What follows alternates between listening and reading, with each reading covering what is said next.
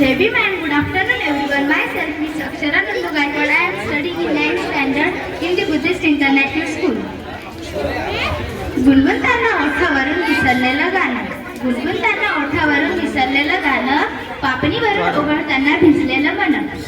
बाबांच्या आयुष्यात अशी आली रमा, बाबांच्या आयुष्यात अशी आली रमा, जशी इतिहासाची सोनेरी पानं, इतिहासाची सोनेरी पानं.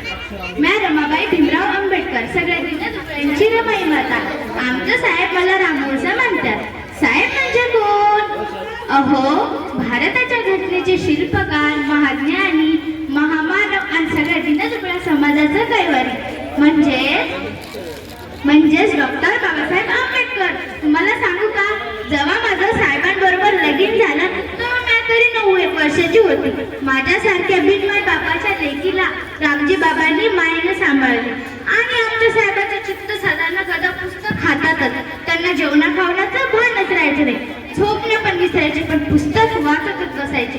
असा अर्धा समाजाचा विचार त्यांच्या उद्धारातच. साहेब लय कष्टाळू आहे. मला नेहमी म्हणायचे, रमा, आपल्या समाजाला जर या परिस्थितीतून बाहेर काढायचे असेल तर त्यांना शिक्षण देणे खूप गरजेचे आहे. म्हणून मी पण खंबीरपणे त्यांच्या बाजूला उभी राहिली. शेणाच्या गवऱ्या थापून, धुनी भांडी घासून, काटकी लुगडी नेसून साहेबाला साथ दिली. मी कधी कोणता हट्ट केला नाही.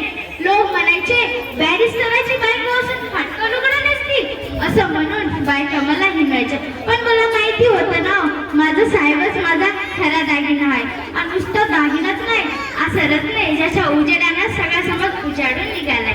तेव्हा मी त्यांना बोलली, साहेब, देवाच्या कृपेने एवढं शब्द आहे, मग मला पंढरी तरी दाखवा ना. तेव्हा साहेब म्हणाले, रमा, आपला देव आपणच निर्माण करायचा, हो की नाही?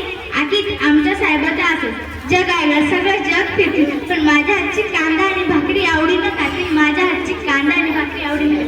थँक्यू.